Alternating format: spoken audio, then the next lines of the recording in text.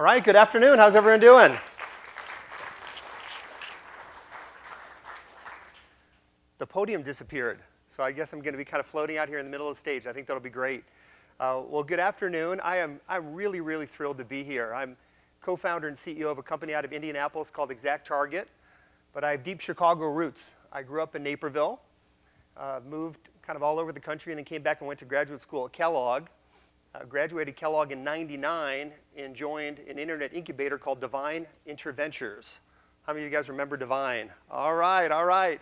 So, much of this dialogue around building entrepreneurs, building a hub for software and technology companies, creating the Silicon Prairie is much of the world I was living in 10, 11, 12 years ago, going to Kellogg and being a part of Divine. And I really, really loved it. In fact, our capstone course at Kellogg, I studied entrepreneurship and internet business models, and our capstone course was to head out to Silicon Valley and really study the ecosystem and bring recommendations back to the city of Chicago, to Kellogg and Mayor Daley and entrepreneurs in Chicago of how we could breed more companies and more entrepreneurial success in the Midwest. And I really, really loved it. It was a neat experience. I was able to meet with law firms like Wilson Sonsini and venture capital firms, small entrepreneurs. Got to spend a few hours with Eric Schmidt when he was running Novell prior to his Google days. And it really created a spark of entrepreneurship and love of technology for me. I was with Divine for about a year, left as Divine, moved to Indianapolis, and started ExactTarget. So in many ways, this is like a reunion of sorts. It feels like I've come full circle, and I'm really, really excited to be here. How many of you have heard of ExactTarget? Can I see a show of hands? All right, that's pretty good. I'm really excited. I know Matt referenced us. Grubhub is a great client of ours, which we really appreciate. But that brand recognition is growing, which is really, really wonderful. So just a little bit about ExactTarget. We are an email and digital marketing platform that helps organizations connect with their consumers across all channels. So that Groupon email that you receive first thing in the morning, that comes from ExactTarget. A text message that you might receive from Bank of America giving you an account balance, that could come from ExactTarget. A social interaction on Twitter or Facebook with brands like Coca-Cola and Toyota and many others, that could be ExactTarget behind the scenes. We started the company 10 years ago, 3 of us, and we had a dream to help organizations and marketers manage data, better understand their consumer, and use technologies like email to deepen relationships and drive relevant communications. And we've been unbelievably fortunate. It's been the experience of a lifetime building the company over the last 10 years. So we've gone from 3 co-founders to today we have 1,100 employees all around the world. We have offices in London, Melbourne, Sydney, just acquired a company in Sao Paulo, Brazil, got offices in San Francisco, Seattle, all out of Indianapolis. Who knew? So for any of you, budding entrepreneurs, think of me and think of ExactTarget and say, you know what, anything's possible. You can absolutely realize your dreams. We were 3 first-time software entrepreneurs raising capital after the internet bubble had burst. None of us had any technical or software experience, but we had a vision, we had a big idea, we were scrappy, and we leveraged all of our business experience and sales and marketing experience to get this little company off the ground. So it's been one heck of a ride. Nick asked me to talk a bit about how do you build a national customer base, or how do you build a global customer base, and I think it really starts with how do you build a national sales organization? How do you build sales capacity? How do you build distribution as a startup, really at any phase of growth, but in particular those early phases, you're always fighting for credibility and reach, and those are the ideas I'd like to share today. So kind of in the theme of Chicago Ideas Week, I've got 5 ideas. Some of these are going to sound awfully obvious, but I'm hoping I can add some more color and texture that'll maybe give you some ideas to take away. The first one, look big. Especially for early stage companies, it's so important to look big in every way that you can. That seems like a really obvious statement, but let's think about it for a second. Your website really needs to be sharp, professional, cutting edge, paint a big picture of leadership and size and scale. I think some of the biggest challenges that early startups have are getting those first few customers. And once you get the first few, service the heck out of them, build testimonials, build case studies, build references, and then you can use that round of success to go get your next round of success. But you've got to look big from the early days. Don't be disingenuous, but I think really think about how can we look big and established and look like a real going concern. So that's the website. It's social media presence. Don't have a Twitter account with 23 followers. Don't have in our team section where it's obvious you only have 4 employees. Make sure business cards are professional. Make sure collateral is professional. With a small amount of investment, small companies can look big. You're also often kind of judged or gauged by the company that you keep. And as an early stage company, we founded ExactTarget. We tried to run in bigger circles. We partnered with organizations that gave us a halo effect. So some of our first integrated partners, where we integrated our technology into CRM and web analytic platforms, were companies like Salesforce.com, Microsoft CRM, Omniture that's now become a part of Adobe. And we're really able to draft off of their brand and their credibility to get up into bigger opportunities and kind of punch outside of our weight class a little bit. So look big can mean many, many different things, but it definitely means the company you keep from a customer and a partner perspective is really important as you set that initial impression. Second, this was a big mantra we had when we started ExactTarget. We said we're not going to rely on the web to sell the web. We're selling web-based software. It can be sold over the phone. It can be sold through free trials and a self-guided process. But we wanted to control our own destiny. And the three of us that started the company really came from sales and sales leadership backgrounds. So we knew how to build sales capacity and find the right people and enable them and build a real process so we go out into the marketplace. But from the very, very early on, we said we're going to leverage the web in every way we can to generate leads and create interest, but we're not going to rely on the web to sell the web exclusively.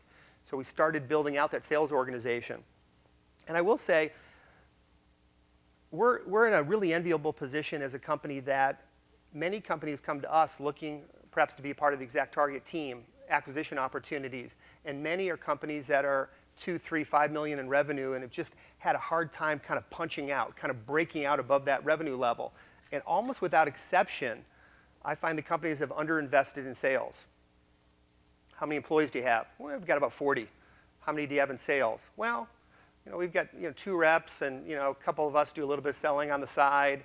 You can never create a big scalable company when the founders are the selling organization or the company's underinvested in sales. So that's been a big, big learning for me. And investing in building sales distribution is hard, it's expensive, it has a slow return on investment. In our case, we're a software as a service platform, which means when we book a sale, we recognize that revenue pro rata over the next 12 months. It's kind of the deferred revenue model of SaaS companies. So it's very hard to show early return on investment. You're paying for the new rep, you're helping them get productive, they start closing their first couple deals, you're paying commission, and then all that revenue is getting recognized down the road. So you've really got to build sales capacity 2, 3 years out to meet your sales targets and expectations. So when we've been able to look more off into the future, we've been able to pick revenue goals and then work our way back and make sure we're building sales capacity 2 or 3 years in advance of our targets. Really, really important. Idea number 3, hire in groups of 3. Our big breakthrough from a funding perspective, we raised a round of friends and family and raised an angel round. And I had a bear of a time. Actually, as Nick mentioned, we've raised over $200 million over the life of our company, much of which has gone back to early investors, which is really wonderful. But in the early days, internet bubble had burst, 3 first-time software entrepreneurs. There were long odds for us to be able to raise capital effectively. We raised money from friends and family. Those friends and family members are even more friendlier. Life has gone really well. That's been really neat. There are a lot of pools and home additions that have been built along the way, which is really nice. But we had a hard time breaking through with angel investors. Had a lot that were interested, a lot that were right on the cusp, and then finally had a breakthrough. A guy by the name of Bob Compton, who actually years ago was on the Kaufman board, very accomplished entrepreneur, venture investor, angel investor. He was the first guy that said, I'm in, count me in. And he helped us raise roughly $1 million round of angel financing. And Bob turned into my mentor, our chairman, and just one heck of an advisor. And in the early days, his advice to me was hire developers and salespeople, and that's it. They're either building the product or selling. Everybody else can come later, building or selling. And his advice, on the selling side was really salient. I thought I would share it today, which was as an early stage company, you're trying to find your sales model. You're doing a lot of testing and a lot of experimentation. And when you're hiring new sales reps, don't hire them one at a time, which is generally the temptation as you have a limited amount of capital. So hire in groups of 3. A few benefits. 1, you get to train and enable everybody at the same time. You're more efficient with the onboarding. 2, you get to learn whether the model is working, not whether the individual is working or not. With just one hire at a time, you can get a false positive or a false negative very, very easily. You've got to figure out, does an inside sales model work? Does a field sales model work? Is my comp plan correct? Am I cold calling and prospecting appropriately? Am I leveraging the web appropriately? If you're hiring one at a time, those learnings could really, really be distorted. So we really stuck with that. We hired in classes of 3. And it was really another added benefit was the folks that came into the company felt some real affinity to their colleagues. You know, their training class had an identity. They were able to befriend each other, support each other through the tough times, and really kind of grow throughout the organization together. And that advice worked really, really well. So whether it's 3 or a different number, you know, think about that as you're building that selling organization or even hiring for other functions to really understand, is your model working? You've got to take the person out of the equation, and hiring in 3s is a nice way to do that.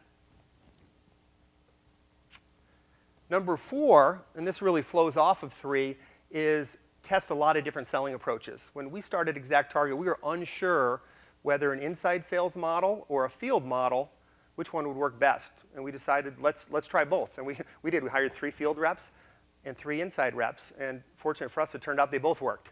And over time, we've invested and invested. Today, we have about 300 people in our selling organization.